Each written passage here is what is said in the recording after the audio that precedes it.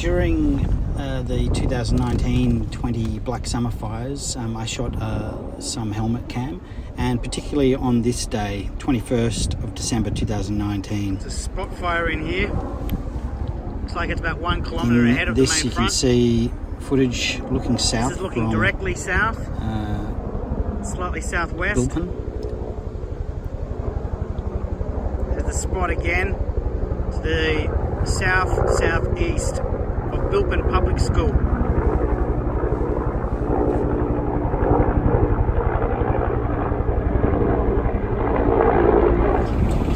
As the fire progressed eastwards to the south of Bilpin, it got into the areas just below the fruit bowl, and so this is a bit of video and a couple of stills as the fire worked through the valleys to the south of the fruit bowl, and as it started to make its way eastwards. There's a lot of spot fires, and it was starting to come up out of the valleys. At this stage, at first it looked like it was going to hit the fruit bowl, but then it started to edge its way a bit more northeasterly, and it looked like it was going to instead head towards what was called Tutti Frutti. But at this stage, it was just coming up into the bottom orchards of the fruit bowl. There was only a few buildings. RFS were mainly on defensive sort of stuff along the Bellsdiner Road, though there were a couple of houses that they managed to defend. It'll probably spot in there pretty soon, Pipes. It'll probably spot in there pretty soon. I'm here at the time with Jeremy Piper and Dan Himbricks. Jeremy was freelancing for News Corp at the time. He's been around, done plenty of fires, and so is Dan. Dan, we both spent quite a bit of time together that day. Yeah, it's time to though move to later the next on we split up. So here I'm leaving the fruit bowl, and we edged just a little bit, about 500 metres eastwards, as that fire continued to just skirt the bottom part. Want to jump in with me?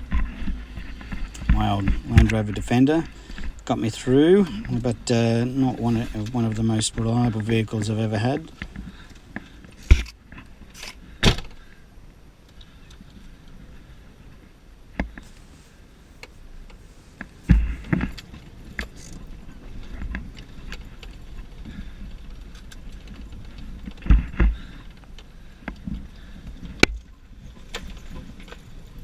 The owner of the fruit bowl was very happy to have us there. In the end, they did lose, I think, 2 of their 4 orchards, which is pretty bad luck. Okay, so it's just coming out of the forests now, getting up towards properties proper. I've got a 400mm lens here where I start to get some pretty strong shots. There's about 100-metre gap in there between us and the fire. It wasn't really ripping along hard enough at this stage to move through the grass well. At this stage, this is before the southerly has impacted, and the southerly is what really drove it up out of the valleys. So the southerly came through when it started to impact on Tutti Frutti.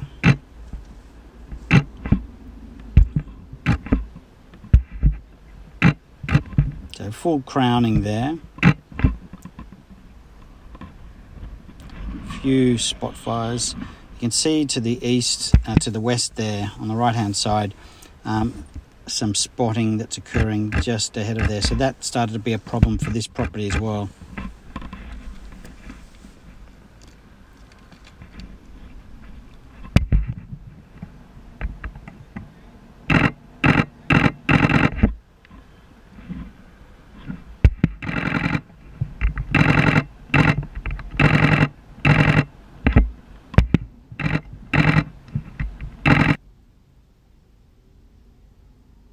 Pretty intense flames there, so that's essentially what it looked like through my camera. The colour temperature that you're getting on the GoPro here is pretty... So this is a helmet cam that's on the top of my helmet, but the colour temperature's all over the place. Really can't handle the what's going on there with the bright colours. You can see the very intense black smoke there, and actually what's also interesting is some level of rotation that's occurring as well. Out for spots Probably at this stage because there's some low level winds able to get in behind because of the trees there. You can see it's really punching out now, kind of going where it wants. It's spreading both ways there.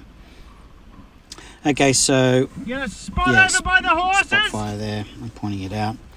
Now it's around about now I start to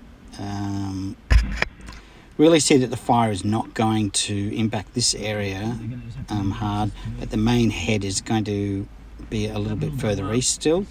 So this is where I pull out and head that way.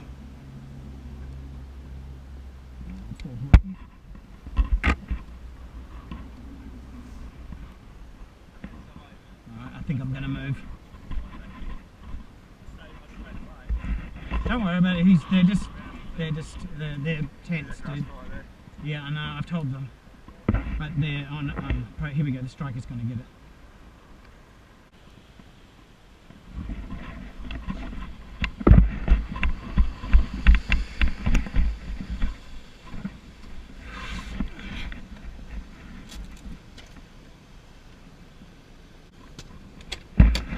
So this is my arrival a bit further east near Tutti Frutti in Bilpin. Unfortunately they lost their home and also the building there, a number of sheds as well. It's around now that the southerly is starting to have some sort of influence. First it was northwesterly turning to a southwesterly, and then it really edged through to a proper southerly. So at this stage I'm arriving and just kind of getting working out who's here. So it's fire and rescue. There's a fire and rescue strike team with the assistance of a couple of lighter RFS units, local RFS units. So fire and rescue were defending this house, but the strike team leader ordered them out. Probably like the fire behaviour, it was really ripping out of those valleys, but the problem was, if you have a look here, where there's actually between the house and the road there's a lot of foliage, and so I think the concern was that the fires would just rip out and cut in behind them. I mean, it really doesn't look like they're going to be able to have much of an impact with just one hose there. So I think their thinking was, the full defensive mode. So they pull out now. You can see some pretty strong fire behaviour in the background there.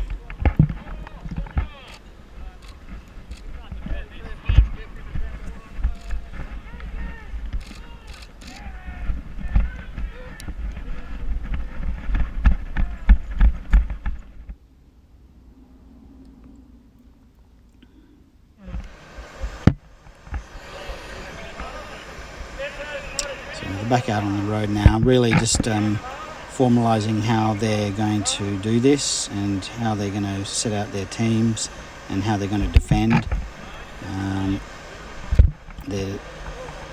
As you can see, yeah, it's really punching out there, punching out of the trees.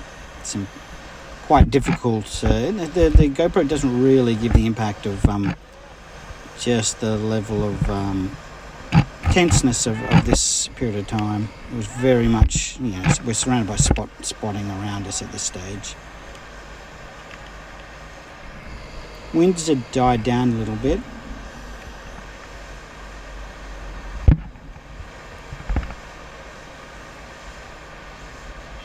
You can see it push through here.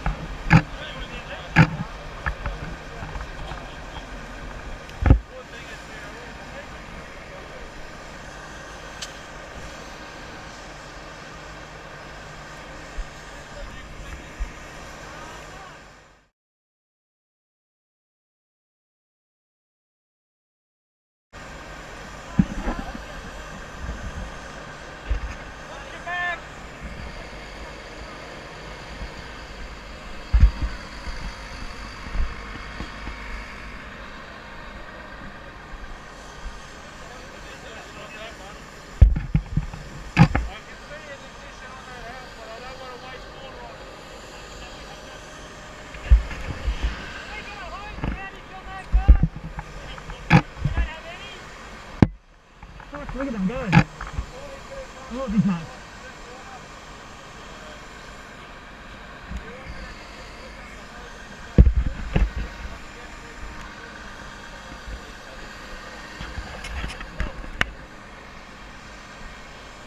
Watch your back.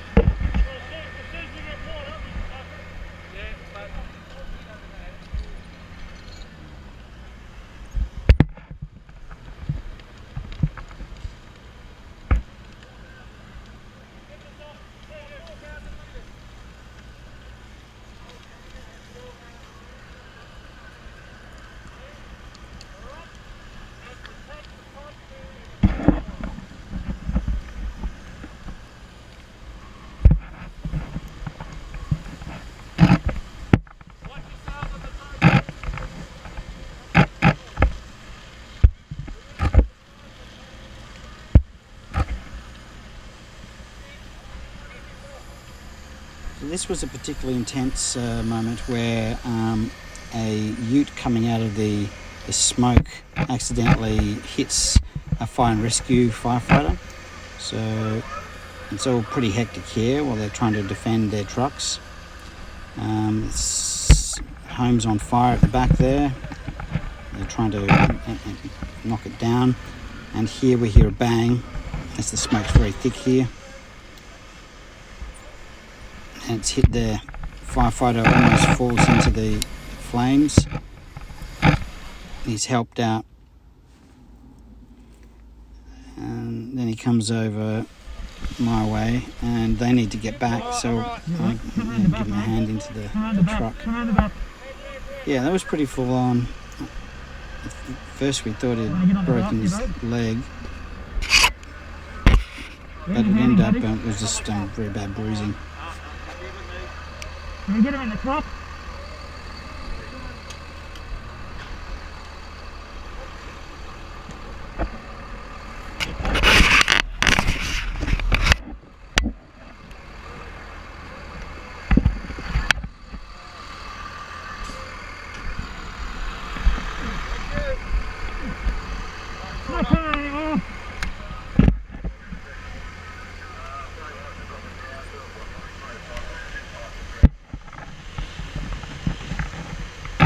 Holy fucking shit!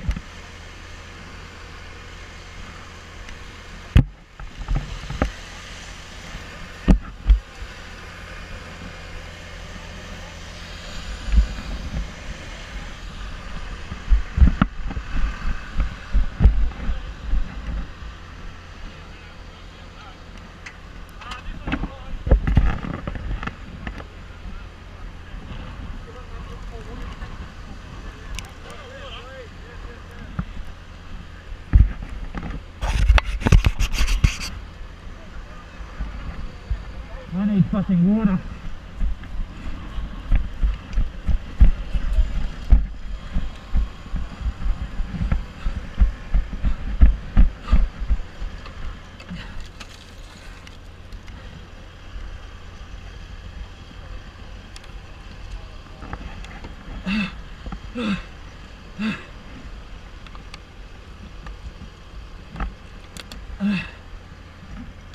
Fuck me. Ugh. Holy fuck.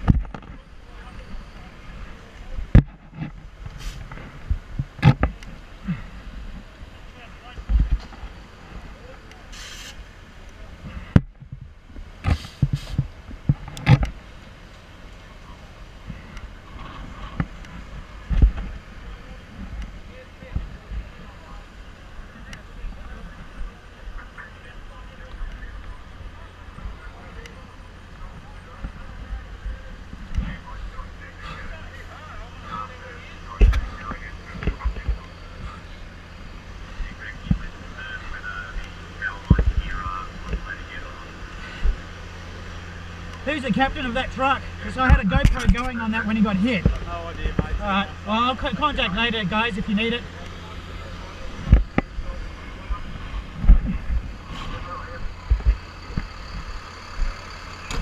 If you need it later on, I've got GoPro of the incident. Oh, okay then. I don't know, yeah.